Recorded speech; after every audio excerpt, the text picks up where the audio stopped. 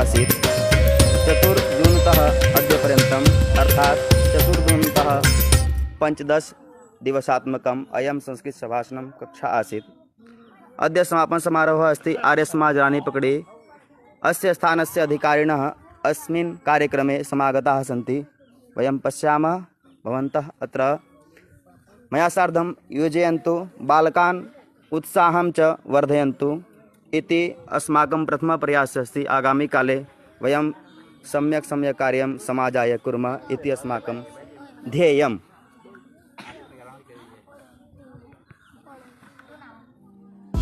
संस्कृतं वदत संस्कृतं लसतु संस्कृतं चिरं गृहे गृहे च पुनरपि ज्ञानवैभवं वेदवान्। आरभ्य वयं संस्कृतं वदामः इति नास्ति अद्य आरभ्य न वदामः, ठीक है।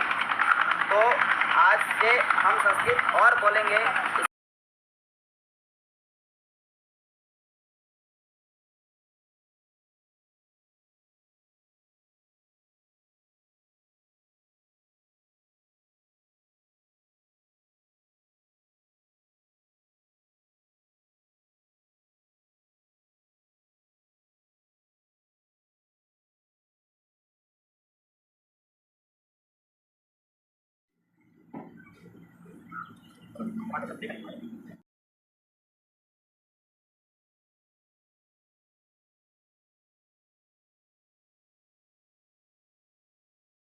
वदत संस्कृतं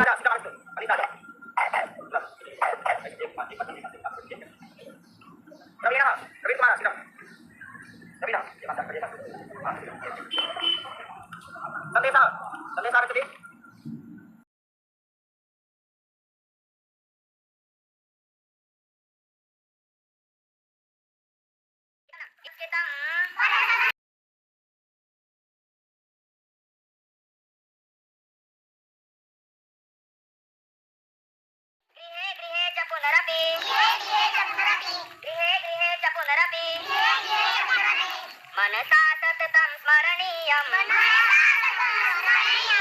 वचसा सततं वदनीयं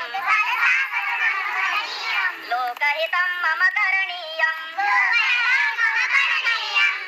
संस्कृत जो भाषा है इसकी विशेषता ये है कि दुनिया की एकलौती ऐसी भाषा है जिसको लिखेंगे और पढ़ेंगे, जैसा लिखेंगे वैसा बोलना पड़ेगा, पढ़ना पड़ेगा।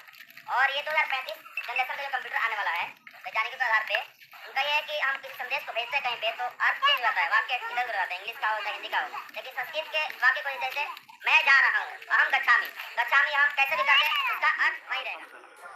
मैं उम्मीद करता हूँ आचार्य महोदय भी इस पर ध्यान देंगे। जो भी वो बीज लगाने का प्रयास किए हैं वो संस्कृत पल्लवित हो, जिसके लिए भी हो बराबर सतर्क रहें और समय आकर के इन बच्चों को फिर मार्गदर्शन करने का प्रयास करेंगे। अस्तु, धन्यवाद।